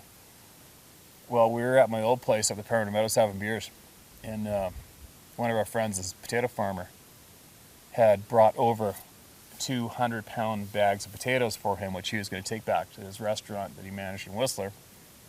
And he'd throw those 100-pound burlap sacks of potatoes in the box of a truck. We had beers, and he drove home. And he lives fairly remote on that same strip, that same highway. And he phoned us up the next day. It was kind of funny. He's like, hey, what'd you guys do about potatoes? You know, big barrel voice. And I'm like, what are you talking about, dude? I don't have your frickin', we didn't take your potatoes. He goes, well, they're gone. Like, what do you mean they're gone? They're gone. They're out of my truck. They're gone. I just got up this morning to go to work, and they're not in my truck. I'm like, oh my God, no way. So, you know, for me, with all the information I know and all the experience that I've heard of, there's no question in my mind what happened to those 2 burlap sacks of potatoes. You know, maybe somebody will say, oh, it was a bear. No, it wasn't a bear, because he looked everywhere and did circles around his house, and he lives, it's out there, it's remote, and he did circles in the bush, looked everywhere, not a potato anywhere. Okay, and obviously the driveway's hard, so our footprints, but if anybody's familiar with bears, how they eat is, if a bear got in the box of the truck because of a bag of potatoes, which is highly unlikely, they just don't smell that much. They're not that much of a prize. Why? Because there's potato fields and potato farms everywhere in the valley in this country. If they want potatoes, they just go over and dig them up and start eating them in the night. They don't need to go jumping in the box of a truck next to a house and gingerly take 100 pounds of potatoes in a burlap sack out of the truck and somehow make that disappear without tearing it open and spilling them all. A black bear, a grizzly bear is not going to do that. A bag of potatoes isn't a big prize for any bear. They're just frickin' potatoes. It's a burlap sack. So the scent of that burlap sack would be very strong for a bear as well. And if a bear wanted those potatoes and wanted to see what's in that burlap sack to make sure it's worthy of eating and make sure it's worthy of stealing, he's going to rip it open and sample some of them. Or he's going to pull the sack out of the truck because he's not secure being in a human being's pickup truck. He'll pull that sack out, maybe take it into the bushes, maybe, but more than likely in the middle of the night, they're going to open that thing up and start pigging on him right there till they're done. Then they're going to get the other 100-pound sack of potatoes and pull them out and hit that again. So think about it. Just use your common sense. 100 pounds of potatoes in a bear's stomach. It's hard to imagine. 200 pounds of potatoes in a bear's stomach? That's not going to happen. He's going to get way too bored with that lame-ass meal, and it's not going to happen. And after he put the first 100 pounds of potatoes in his tummy, he's not going to go jumping up into the pickup truck to go get the second 100 pounds of potatoes and make them disappear. It's just not going to happen. So anyways, getting along with it. So obviously I start hammering, I go, uh-oh, well, this kind of sucks, dude, because, and another story I heard of previous to that, there was a couple sightings of a very large, hairy-like non-human face peeking in people's windows in rural homes along that piece of paved highway, road, whatever, at the same time. So all these different stories that I'd gathered on that strip of highway, paved road, the second he told me 200-pound sacks of potatoes left his truck, I know I took it. And I told him, and he wasn't too pleased about that because he didn't like the fact that he'd seen one of those things before. He doesn't like to talk about them. And his only reply was, Jesus Christ, I don't need this shit. So there you go. What else do I have for that area? Nothing overly exciting. Not some huge, exciting, intimidating Sasquatch stories, but there's no shortage of the little minor ones, which I call them. The incidents. The faces peeking in houses, or the houses getting slapped, or the camera being left. That was kind of different for sure. That'd be interesting to look into. It's a bit of a mystery. The potatoes going missing. There's no doubt in my mind what did that. And that's just in one quick little strip just up the road from my house.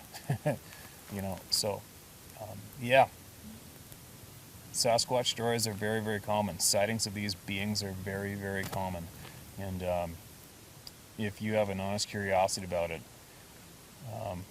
all you have to do is be honest and supportive for people and talk to them with respect, and you will find the same amount of stories that I find as well.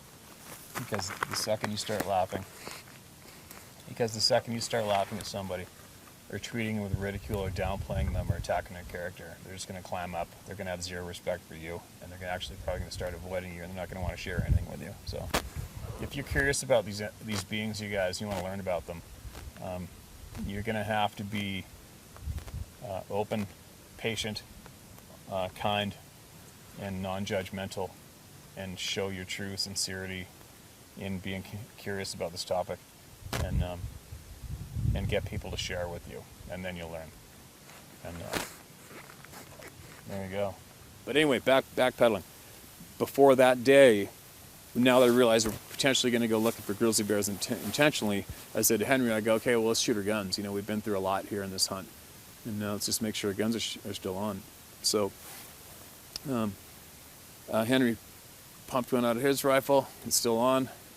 I jacked that same round into my rifle, the same round that I was pointing at that sow and 3 cubs that should have attacked me. The same round I had in my gun when I was going through thick bush, potentially looking for a 2-day-old moose carcass. The same round that I went running into the willow with the headlamp on to finish that grizzly bear with already got a hole in it. And imagine if it came lunging at me. That same round. And I took a shot. I pulled the trigger and nothing happened. It went click. I'm like, what? And then I looked at it, I opened up the bolt and pulled that empty shell out, and a wisp of smoke come out of the shell, and the barrel was clogged. And my buddy back home, who had hand-loaded all those shells, had forgot. So, well, I don't know. I don't know anything about hand-loading, you guys, so don't ask me how. I haven't a frickin' clue. All I know is there was no gunpowder in that shell. And the primer was enough to push the lead into the tube. So once I realized what potentially everything I had just gone through the last 2 weeks, my knees, I remember vividly, I still remember obviously, my knees started turning to rubber and wobble, and because I should be dead. I should not have survived that. You know, imagine if that sow came flying at me, which she should have. I would have pulled the trigger, nothing would have happened. I would automatically just jacked another one there and pulled the trigger again, would have blew the gun up in my face, and she would have finished the job and tore me to living rat shit, and I would have died. 100% I would have died. I should have died.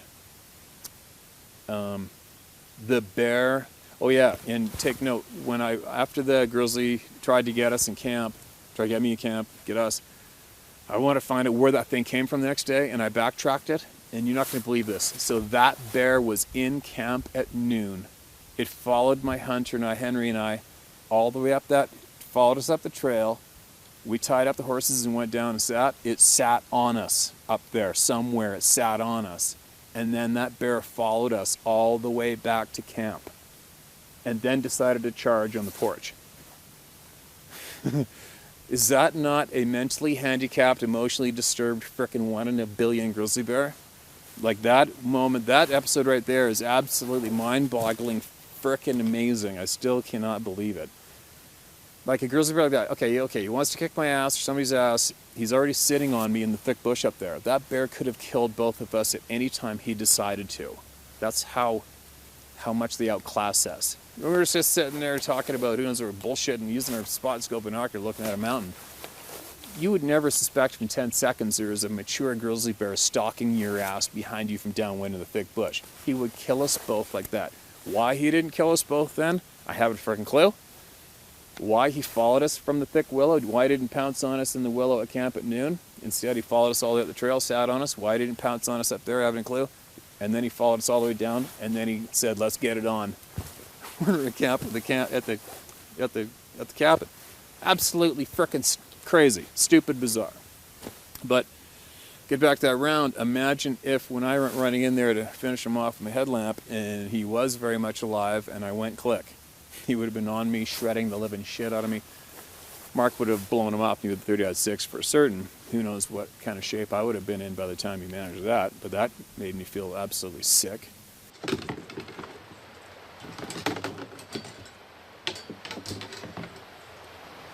Well, that was more frustrating than not without my waders. That was a silly move. I'm going to come back later on today with my waders and get right out there and film that river properly, efficiently. I want to see what's down there. It might be boring to some, but I mean, I love catching fish. But I'll tell you what, it's just so addicting to me to film stuff. I love filming things, but I especially love filming what's in the river, because typically we don't know. When we go down there and start fishing, we don't know if there's fish in there, we don't know if there's steelhead in there, we don't know. And it's a mystery, and it's so exciting when you hook into a fish. But I find it really, really exciting to be able to float that camera down and just look at them, and videotape them in their element and see exactly what they are doing and how they do it and where they hide and where they sit. Reactions to the camera is pretty cool. But anyway, on the way back from that elk hunt this past weekend, I went to help those guys. Unfortunately, we had a run-in with some poachers, kind of trashed the hunt, and we really put in a big effort to look for them. And as a result, I saw a lot of miles of new country I hadn't seen before. We drove up old deactivated logging roads to mountaintops, sides of mountains, valley bottoms, we hiked some rivers, and I did a lot of filming of what we saw. So I'm going to share that as I share emails today, and some of that footage. And it's funny, you know, the friends that I'm with, they are full-on West Coast people. Like, one of my friends has been a lifetime logger, lifetime fishing guide, fishing lodge owner on the west coast of Vancouver Island, surrounded by numerous reports from various people, First Nations and non-First Nations people. And it's funny, with the various people that I know not even bring up the topic. There's a lot of people out there that I know, they don't even have a slight decimal point of interest in this topic, because they haven't seen anything like that, they've never thought about it, whatever it is. I don't care, I don't push it, I don't even bring it up. I never brought up the topic once this whole weekend. Didn't need to. But on that note, it's another thing that is amazing, though, if I put myself in their place. You know, as we went around that classic zone, I didn't feel anything. I didn't feel like there was anything around. Although there was elk, very few deer. The deer have been decimated by something, I don't know what. There's a handful of wolves around there. There's a fair amount of black bear, and there's a fair amount of people as well. But it is amazing. I can relate to the people who think this topic is a joke, or they think there's no bloody way. Because if you're with us this past couple of days in the country we traveled and what we saw, where you're always looking for tracks up the banks of the steep, you know, where the logging roads cut on the banks of steep mountains. It's steep, and you got your clay bank, dirt, soft bank that goes to the logging road, and you just can't hide the tracks. The elk can't hide the tracks. Nothing can. They cross that road, boom, there's a track in the dirt. And I am looking for tracks nonstop while I'm hunting as a rule. It's just my number one go-to. If there's soft dirt anywhere, I'm looking for tracks. Do we see any Sasquatch tracks? Nope. Do we hear any? Nope. Any signs of them whatsoever? Not that I noticed, not that I'm looking too hard, but nothing. Did I feel uneasy anywhere? No. Did I pack a gun with me? Nope. And you got to think about how many people have that same experience all day, every single time they're on the woods. Nothing to worry about, no pressure, no tracks, no sounds, nothing. Never felt threatened, never experienced a thing. And there's a pile of people like that. Millions, right? So, but it can add to the confusion more of people who are interested in the topic or have seen something when they experience all that country like I did the past couple days, and there's just nothing there. And if you hadn't seen one for yourself, it would be very easy to dismiss the topic, very easy to shrug it off and go, oh my God, yeah, right, what a bunch of kooks. There's something's going on with this topic. There's just some factor going on with various people who do see, who do hear, who do experience, and there's a factor missing for those who don't. I think, maybe possibly, right? You know, a lot of people say you are tagged. Once you've seen one, you are tagged, and you will see them numerous times or be aware of them throughout your lifetime. And I'm thinking that may hold a lot of water. It can be very confusing. It's a confusing topic, but then again, so is life. Life is very confusing, especially today, now that we have numerous people dictating what we get to see or hear or speak about, right? It's very bizarre, this lifetime. And again, I would please encourage as many people as I can to get out there, get out in the real world, shut the idiot box off, lose these things for at least a whole day, or as many days as you can. Take your shoes off, ground yourself out for 15 minutes, and get back in tune with the real world. All right? Too many people are out of tune.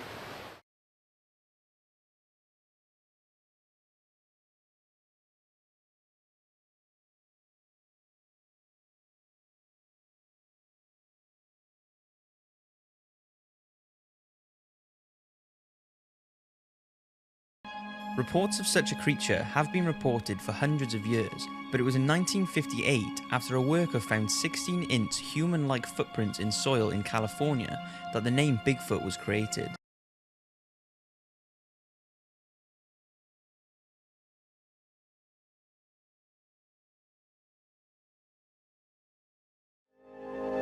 First, there's the fact that this phenomenon is nationwide.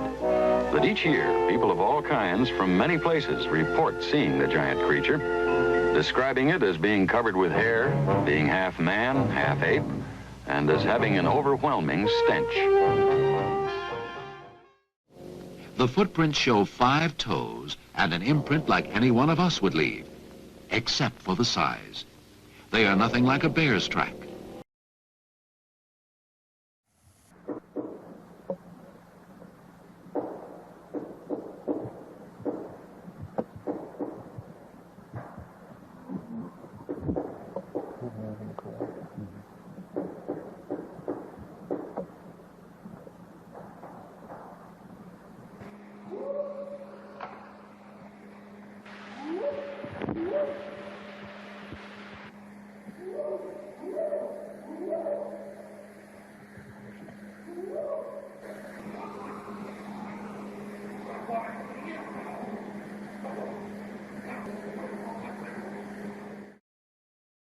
One of the first detailed drawings of a Sasquatch was made by Mrs. Myrtle Walton of British Columbia.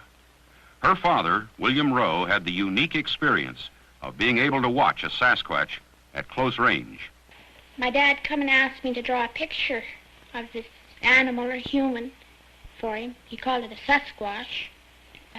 I drawed the picture for him, and just exactly the way he told me he wanted it drawn. There was a few things he changed on it, like he made the arms a lot heavier, and the head was different, and the breast was different, and the back part was different.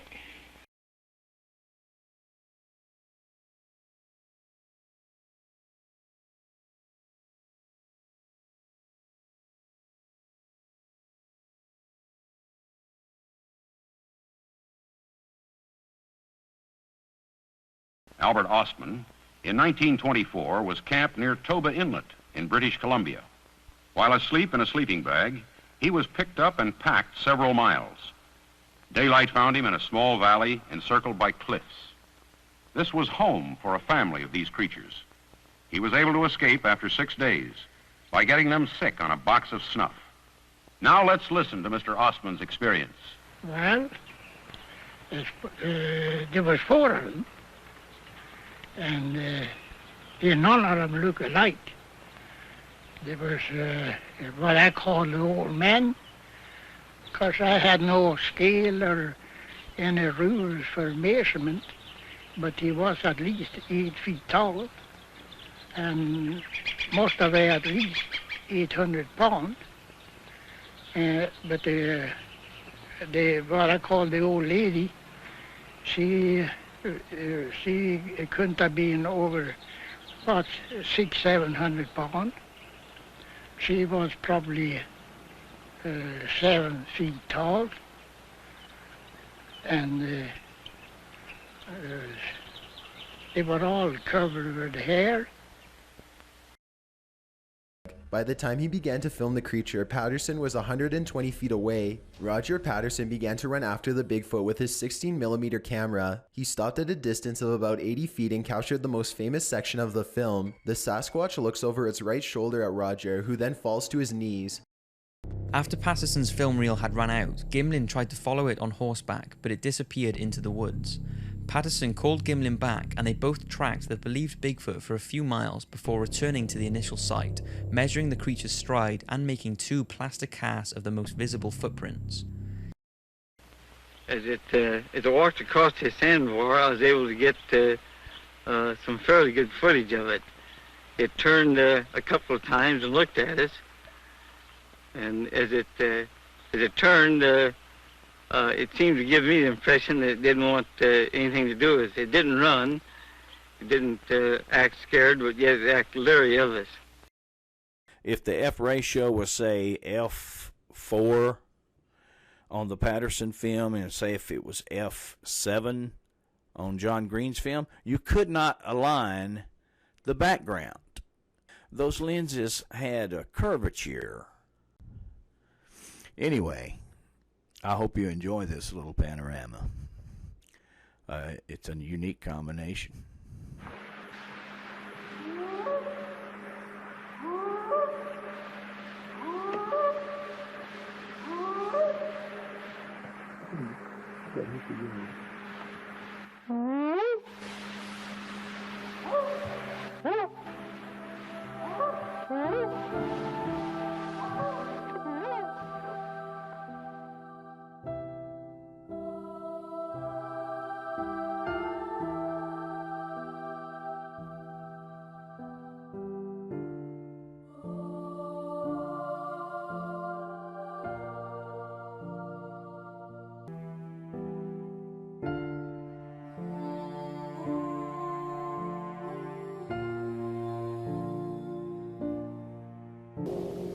Stories and legends of the creature date back hundreds, if not thousands of years among American Indians.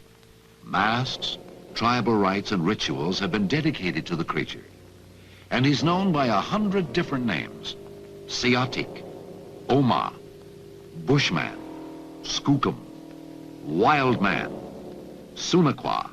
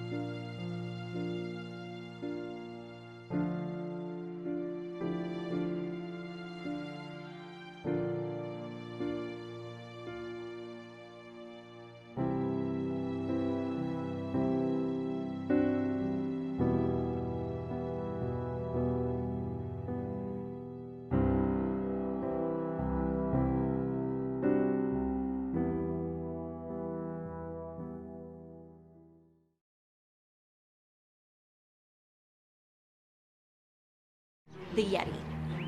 The huge, hairy monster has been spotted walking across Asian mountains from China to the Himalayas. Frightened local shooters fled what they believed to be a wild man. He was told the creature moved upright, was covered with long dark hair, and had no tail.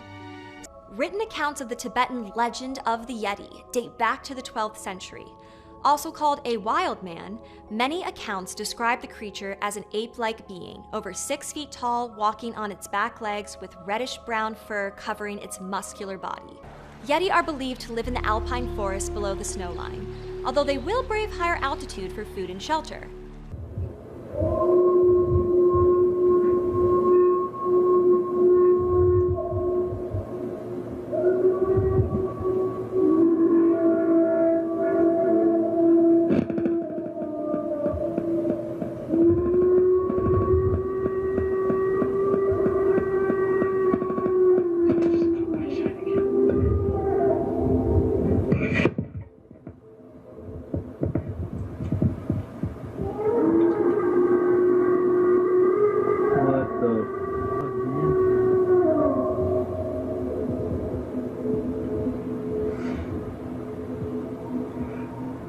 Literally find hundreds of Bigfoot tracks, new, old, and in between, suggesting they have been using this location for well over a week. Took a step out off to the left, and then the first one was just standing there. Kind of, it was really weird, like a reflective light almost. Kind of when I moved, he was just there. It was scowling.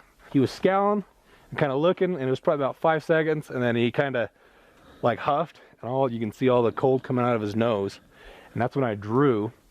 And I didn't even draw up and point out. I just kind of drew up, and the other one stepped out in front of him, kind of like almost like in a protective manner. It wasn't even making it an aggressive. So the younger one, he had the scowl, but the older one wasn't scowling. Like he just kind of stepped like almost a matter of fact. And so it was the older one that stepped in front of the younger one? Yeah. When he stepped out, like we looked, like made eye contact. I didn't holster. I walked backwards back down. When I got back down here is when I reholstered, jumped in, and took off. How tall were they? About 8.5. The younger one was like a dark black, like a full black almost. The older one was black, but he was graying. You can tell he's getting old. Was kind of like a receding hairline, like a widow's peak almost. And he didn't have like a goatee, but his bottom chin was gray, like it was really thick gray. Like there wasn't very much black, but the rest of him was like almost salt and pepper. Like he just looked like there was, like he wasn't scowling or anything. It was just almost a blank stare. It was just looking at me, and I back down, jumped in and took off. Was the older one the taller one? Yeah. He was probably 8.5 feet, and then and then the other one probably, I'd say 8 foot 3 inch, 8 foot. Just a couple inches smaller. Just wasn't very much shorter. Their body mass is similar, or? They were similar, but the younger one looked healthier in body mass size. Like you could tell he was stronger. Like me and you. My chest is dropped, and you're holding up. Yeah. You're younger than I. So if you think about it, do you know who Brian Shaw is, the world strongman? Yes. Body shape like that, but bigger. Oh. So, like they're like the body like that. Like I've everybody's like, oh, he has muscle. You can see his muscles. You can tell he's big and he was strong, but nothing was defined. And we're talking about the older one. Yeah. So he was just thick all the way through. Shoulder width, it wasn't equal. It was wider than the waist, but the waist wasn't tapered. He was still thick in the waist and just massive. Like probably I'd say 4 foot across the chest. They were big. The other one was about the same size, but you could tell he was just a little more healthier.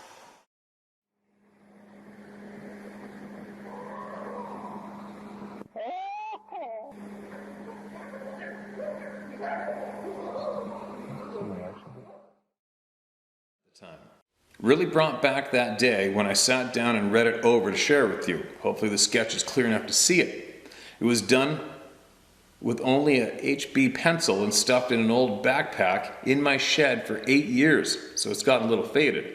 I was just going to send photos of what I had written in my journal, but it is mostly illegible, probably because I was truly shaken to the core at the time. Instead, I'll write out what I wrote, even if it makes me sound completely crazy that day. This is going to be great. I know my sketch looks nothing like what mainstreamers would like us to believe, but it is accurate, a sketch as to what I really saw that day, as I could portray. This is what I wrote in my journal. July 13th, 2013, temperature 22 degrees, 2:30 p.m. And there is your classic Sasquatch-looking print. Very human-like, typically a little wider. There's the big toe pushing off, the whole 9 yards. So get this one. This story is right up there with the Sasquatch sighting in its rareness. This is probably, Bigfoot sightings probably happen 100% more commonly than this story. So we're on our way on a beaver bush plane with skis on it, early spring, or late spring brown bear hunt. And we were a long ways away from Anchorage, northwest direction. That's all I can really say. Middle of frickin' nowhere. I mean, nice. And we flew in. Pretty interesting flight, pretty cool flight. Flew in, landed on the skis, threw all the shit out of the plane, dropped us off, and off we went. Middle of nowhere, no sign of humans. There we are. It's clear skies, sun's shining. It's fairly warm out. You know, it's all arguably it's t-shirt weather, but there's still nothing but snow, deep snow. Like we actually had to dig down to the deck of the A-frame to get into the cabin, and we had to dig out the other outbuildings to get the snowmobiles out and stuff and the gear for to begin our hunt with. So anyway, I'm inside the cabin, and Joel and the guide are on the deck. And everybody's shuffling around and moving stuff around, and all of a sudden I'm inside the cabin. I could just hear I thought I heard Joel go, "Man, I think they're naked." What? Who? What? And then I hear him, and I go back to what I'm doing, and he goes, "Man, they are naked." I'm like, what? So I go down to the deck. Now, mind you, this has never ever happened ever before in my 35 years of running around the mountains. This will never happen again.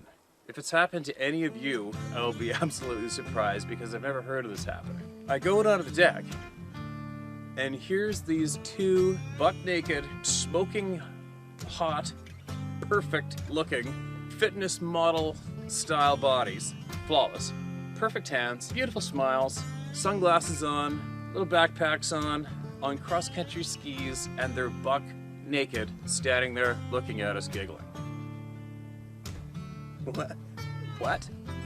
I'm standing there, obviously our jaws are basically hitting the deck, like, hello? Hi?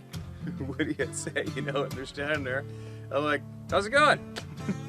And they're giggling, they go, good, is it alright if we ski through here? And I'm like, I don't know if you're familiar with the movie Dumb and Dumber. At the very end of the movie, when those two doorknobs got the bus load, the Swedish bikini team come up and they're asking them if they know of any guys that'll, you know, help them out with oiling them up. And they said, yeah, keep on going. There's a town at the end of the road. Well, me, being the only single guy out of the three of us, oh, and of course we had a couple, you know, flats of beer on the deck. Did I invite them over for a beer? No. Start a conversation with them? No. Urge them to keep skiing away from us with their beautiful naked bodies and their giggling demeanors? Yes. Why did I do that? I don't know. Not everybody reacts the right way in an emergency situation.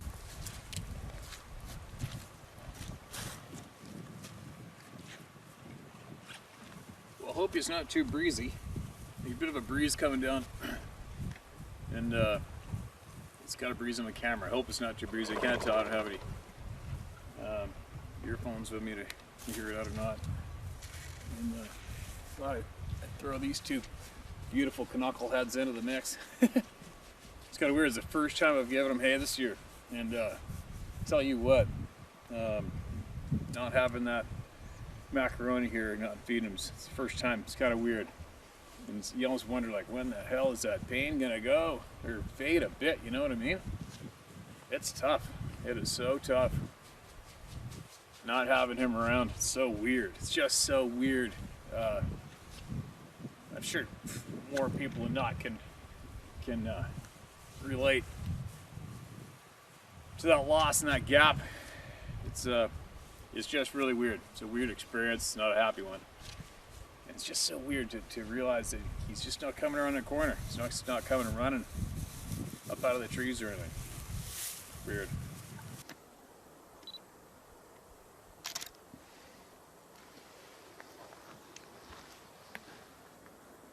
How cool is that?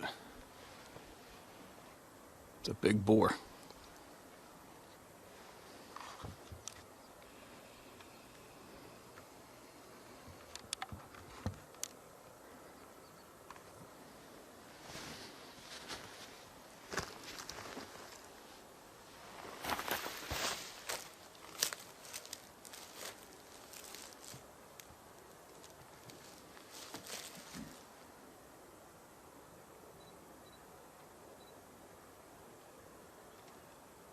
Ah.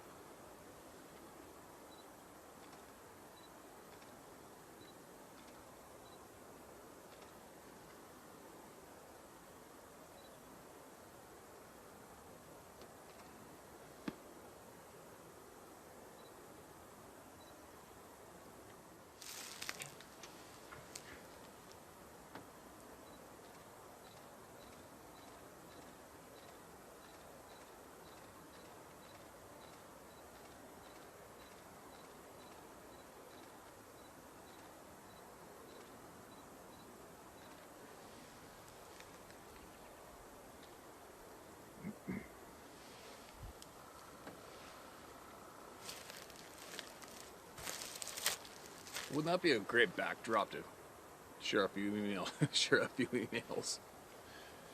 Pretty cool to finally go out of my way to go, hopefully, film a grizzly bear and show you guys one. Finally happened.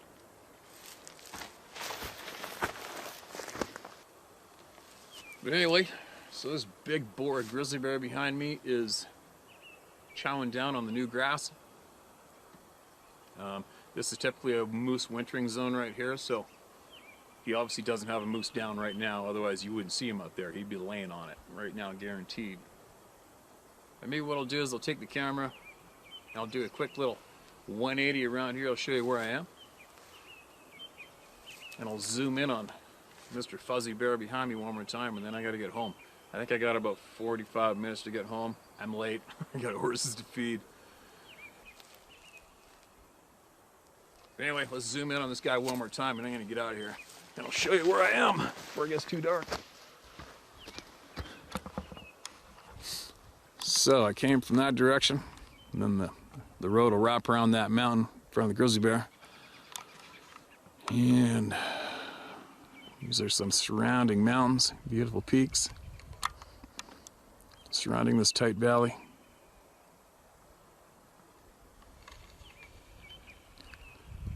It's a remote country road. And these big bears are coming down out of those alpine basins, coming out of their dens and streaming down into the valley bottom here to get fattened up again. So there we go. How cool is that? There you go. A lot of you guys probably never ever seen a wild grizzly bear, and that is one right there.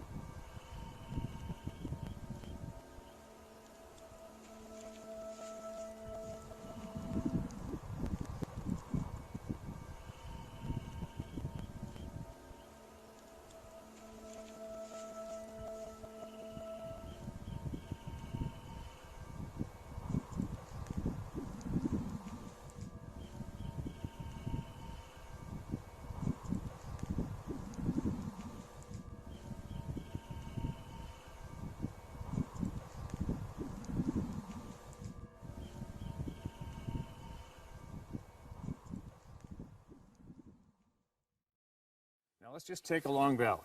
A long, untouched valley. It's never been touched ever before, meaning human access. It's all still in its natural state before man wins or extract all the goodies that you like. Now we're going to put a handful of moose in the bottom of the valley, along the river bottom. We're going to say they're wintering down there. Let's take a winter. We're going to take the winter time as the example. This is the critical time. So we're going to put a bunch of moose in the bottom. We're going to stand them up in those willow bushes, which they need to survive, and which the willow as well enables the moose to elude wolves a lot easier, because the moose just plow right over top of that tall, thick willow, or the wolves have to wind their way in and out of it to pursue them. Makes it real difficult for them. Now let's move into the timber up the side of the slope. On this 20-mile-long valley, we're going to take one side as an example. We're going to get in that timber, and let's sprinkle, say, 150 to 200 caribou in that timber. We're going to put pockets of them. Maybe we'll put 25, 30 caribou way at the end, 20 miles down that way. And we're going to take another handful of caribou. We're going to put them, maybe 15 miles this way. And we're going to take another 40 caribou. We're going to put them way down at this end of that timber, okay? Then we're going to move up a little higher. We're going to be up in the rocky benches and more of the steeper zones. And we're going to sprinkle a bunch of deer in there. Maybe this is bighorn sheep. I'm going to put, a pocket of deer here, up on this shelf in the big mature timber, a pocket of deer up there, a pocket of deer 20 miles down that way. Everything's spread out. Everything's utilizing that timbered slope in the valley bottom to survive the winter, and it's working for them. Now we're going to take some natural predators. We're going to throw a couple cougars in there, some bobcats, some lynx, coyotes. And we're going to take a pack of wolves, a healthy pack of wolves, 6 to 8 wolves. We're going to throw them in there too. Now what these wolves are naturally up against is the access. This particular pack of wolves, they don't have the energy in them. They don't have the energy to expend, to bounce through 3 to 4 feet deep of powdery snow and travel 20 miles in one way over blowdowns, timber in the way, no routes, no trails to find and clean up every single caribou. They're just not going to do it. So they're going to go in the timber. They're going to have their little travel routes they normally use, which are typically the frozen river systems in the wintertime. They really love to use the ice. And they're going to travel up and down those river systems, find the game to sustain themselves for wintertime. Okay, so they're going to pick off the odd moose. They're going to catch. Eventually, they're going to work at it. They're going to grab one of those moose in those river patches. Okay, they're going to sustain themselves off that moose or two for a couple weeks, few weeks. And they're going to mix it up a little bit. They're going to head up into that timber, go on tour. Their tummies are all full. They've got lots of energy. They just made a kill the other day. And they're going to go on tour a little farther. Oh, now they got a caribou trail. They're going to hammer on that caribou trail, take down a caribou. And no, it's not the sick and the weak, the old. They take down whichever one they catch, and they can catch any one of them. But anyway, getting back to what they're doing. So they take down the caribou. The rest of the herd, terrified, uh-oh. They escape, take off. This possibly dumps another 2 feet of snow since that caribou got killed, since they sustained themselves. And now the wolves, possibly, maybe they're all full of caribou. They're going to bounce their way up into those steep benches and go chase deer for a few days. Maybe they'll take out a deer or 2 or 3. Fine, that's great. Then they might mix it up and head back down to the valley bottom again and maybe go work those moose again. Now the next winter, something changed. All of a sudden, there's this level, paved route that went from one end of the valley all the way to the other end of the valley, 20 miles. Not one log or blowdown or 3 feet of fluffy snow to slow up those wolves. They're like, oh my God, no way. You mean we can go ripping down this frickin' alleyway all the way down there like nothing? Every single one of us? Even the pups? Let's go. Whew. Off the wolves go down there. Then they come out to the end of the road, and literally miles and miles and miles of timber is gone. It's annihilated, including the willow. It's gone. It's bare ground. And there's nothing in it, of course, because there's nothing can sustain. There's no life can be sustained in that big clear cut, or in that mine, okay, or in that oil lease. It's gone. The life-giving timber is gone. The life-giving willow, the protection, is gone. But the wolves went ripping down there like nothing. Okay, now we're here. Now what should we do? All right, let's go up. There's one patch of timber. Let's go see what's in that one patch of timber. Where there could be whatever's in that timber's in that timber. The last standing, it's the last piece of cover for that group of caribou that was at the other end of the valley that was never discovered by these wolves ever before, because the wolves never made it that far. Well, now those caribou just got discovered in that tiny patch of timber, and the wolves annihilated them. The caribou had nowhere to go. The wolves had no natural obstacles to get there to find the caribou. They slaughtered every single one of them. And because they sustained themselves so easily and found that much more game easily, when breeding came in March, the females' bodies, the alpha pair, they multiplied, they bred and they multiplied, and their actual litter of pups increased from, their typical 2 to 3 pups. Now they had 6 new pups. Okay, take note, wolves live to be about 13 years old in the wild. It's a long time. Now this same wolf pack that was around 6 to 8 wolves is now up to around 10 to 12 to 14 wolves. And they got to get fed. They need a lot of food. Now this pack, this big, a larger than average pack of wolves, has easy access all the way down to the other end of that valley, all the way down to that other end of that valley. They can run down there in one day. They've never been able to do that before because of the road that you guys made. Oh, well, it's wintertime, nobody drives those roads anymore. Oh, but wait, now there's snowmobile sled tracks going down that road, up the timber, into the alpine. Sweet, I'm a wolf, sweet, this is freaking amazing. Now we can rip right up on top of this. They just made this paved pathway for me and the buddies and even the pups to go ripping up into the alpine. This is freaking awesome. Now we can go hunt mountain goats, which normally didn't really hunt that often. We got access to all those benches where those mule deer are, way easier. And there's less timber. We got less area to look for them, and they got less area to hide in. We get to kill every one of them. Sweet. Thank you, humans. You guys are awesome. So now that wolf pack carried on up those roads, carried on up those snowmobile tracks, went into those patches of timber that are way smaller than what was originally supplied for that wolf pack, which was a complete timbered valley. Now the timber's gone. Now the caribou are holed up in this little island of timber, hiding, hoping to God they're not going to get annihilated, wondering what the hell's going on. Now some sledders went up there, skimmed through there, created a pathway. Here comes the 14 wolves, and they went into that small little timber patch, and they annihilated those caribou too. These wolves are having nothing but fun. Then the wolves are like burping and farting caribou fur. Well, hey, we're all the way back here already, and that paved trail goes way up there. Let's go run up that paved trail and the pups and everybody, and let's go hammer on some deer for a couple weeks. Yippee! Then they go up there, find the mule deer that are in those little patches of timber, clean those off too. Tummies are fed. Oh, it's March again, it's breeding season time. Let's make some more puppies. They have another litter of 6 to 8 pups where they naturally wouldn't, because they naturally would not be able to find that amount of game. Meanwhile, the game is dwindling down. Those pockets of game that are normally hiding in pockets of timber on that full timber valley that the herd relies on to survive the winter, to produce the offspring, to keep everything level. Well, now all those small pockets of ungulates are getting found and gobbled up. The wolves don't know that all the ungulates aren't breeding and keeping up. But the wolves' tummies are telling them, there's lots of food now, let's make more babies. So the wolves create another litter of pups of 6 to 8 more, and they get added onto the 14 from last year. And then through the spring and the summer and the fall, even more habitat gets removed because of you. The deer, the sheep, the caribou, the moose have even less habitat to survive off of even less habitat to hide in.